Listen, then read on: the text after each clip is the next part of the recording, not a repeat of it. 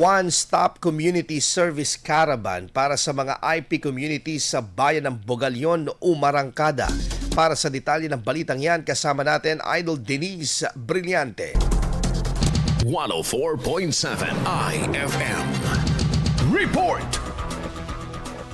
Nakinabang ang mga indigenous people community sa Sitio de Mantala, Barangay Hacienda sa Bugallon sa isinagawang one-stop community service caravan noong Mayo 12. Pinangunahan ng lokal na pamahalaan ng Bugallon ang aktibidad katuwang ang Department of Health at Philippine Statistics Authority na naghatid ng pinagsamang serbisyong pangkalusugan at civil registration services.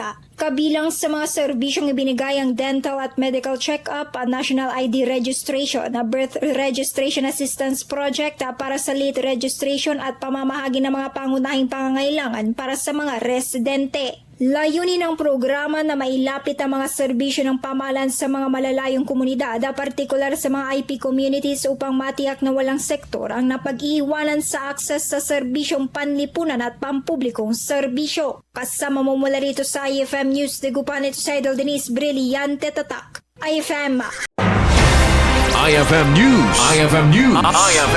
IFM News.